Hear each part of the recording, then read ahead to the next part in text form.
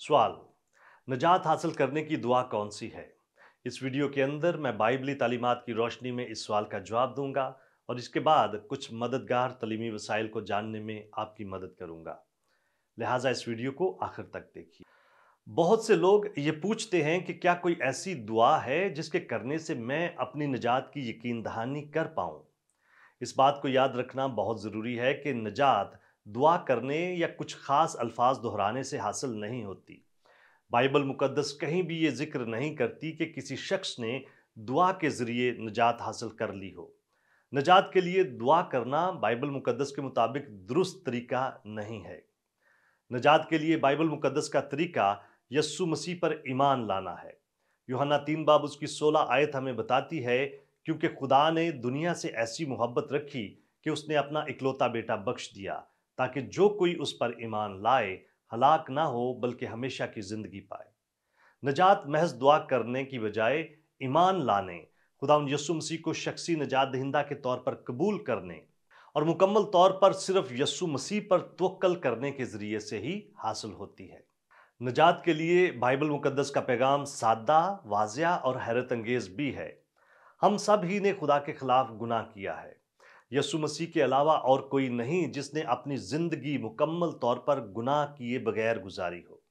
अपने गुनाह करने के बायस हम खुदा के गजब यानी जिस्मानी मौत और अब्दी अजाब के लायक हैं। अपने गुनाह और इसकी मुस्तहिक सजा की वजह से हम खुदा के साथ अपने ताल्लुक को दुरुस्त करने के लिए कुछ भी नहीं कर सकते। लेकिन हमारे लिए अपनी मोहब्बत के नतीजे में खुदा खुद मसीह यस्सु की ज़ात में इंसान बना। खुदा यस्सु मसीह ने एक कामल ज़िंदगी गुजारी और हमेशा सच की तालीम दी। ताहम बनी नो इंसान ने ना सिर्फ यस्सु मसीह की तालीम का इनकार किया बल्कि उसे मसलूब भी कर दिया। गो के इस खौफनाक अमल में एक बेगुनाह शख्स मारा गया, मगर ये हमारी नजात के हसूल का एक जरिया बना। खुदावन यस्सु हमारी खातर मुआ। उसने हमारे गुनाह के बोझ और लानत को अपने ऊपर ले लिया और इस बात को साबित करने के लिए यीशु मसीह मुर्दों में से जी उठा कि गुनाह के लिए उसका कफारा कामिल है और यह भी कि उसने गुनाह और मौत पर फतह पाई।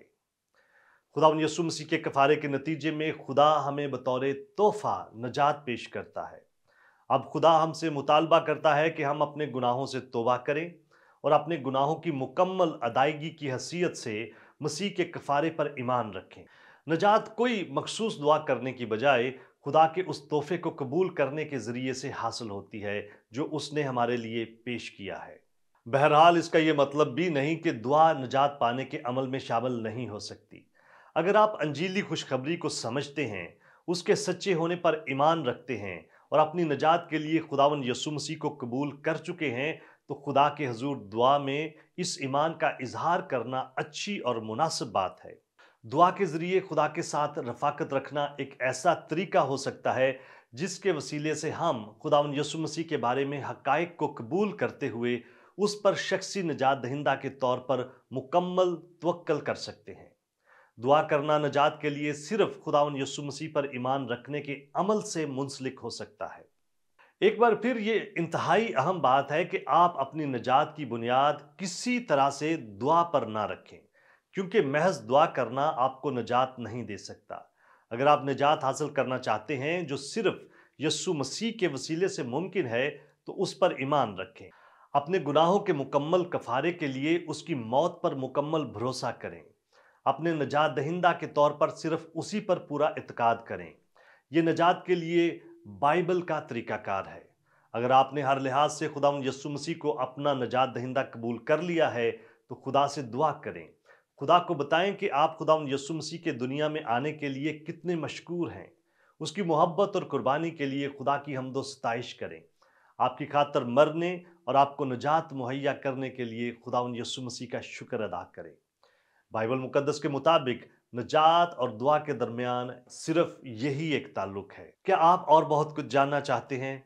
हमारे चैनल को सब्सक्राइब कीजिए ताकि आप हमारी दीगर वीडियोस को मिस ना कर दें। और बहुत सारे सवालात के जवाबात को जानने के लिए हमारी वेबसाइट godquestions.org को विजिट कीजिए। क्या आपके और बहुत सारे सवालात हैं? बाइबल मुकद्दस के पास आपके सभी सवालात के जवाबात हैं। शुक्रिया।